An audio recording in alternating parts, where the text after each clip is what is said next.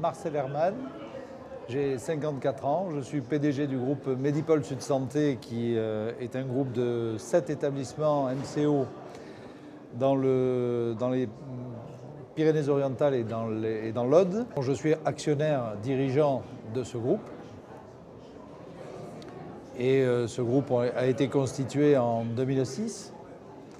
Et aujourd'hui, on est en pleine coordination dans le cadre d'un grand projet, d'une filière de soins et d'une coordination inter-établissement sur un territoire assez restreint, de sorte de créer la meilleure adéquation possible sur des pôles d'excellence à disponibilité justement des patients et dans ce secteur de notre région du Languedoc-Roussillon.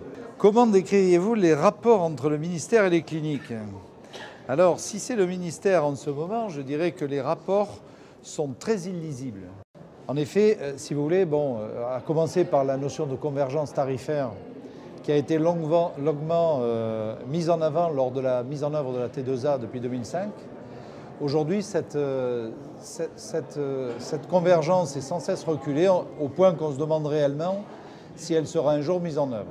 Jusqu'à quand pourra-t-on imaginer, jusqu'à combien de générations pourra-t-on imaginer faire payer nos enfants, petits-enfants sur des déficits structurels de 30 milliards d'euros minimum par an?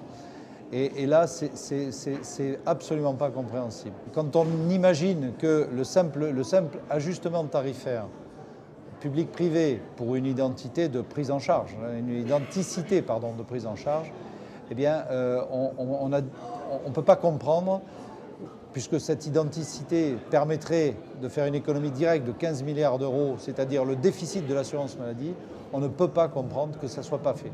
Donc, lisibilité des rapports, pour moi, aucune lisibilité en ce moment.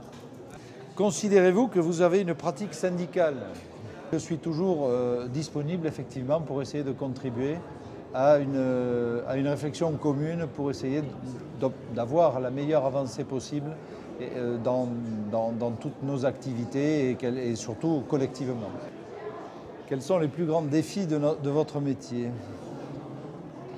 Les plus grands défis de notre métier, c'est certainement d'avoir la capacité à déployer la meilleure qualité des soins et d'être de ce fait toujours extrêmement attractif vis-à-vis de praticiens de spécialité qui constituent ces pôles.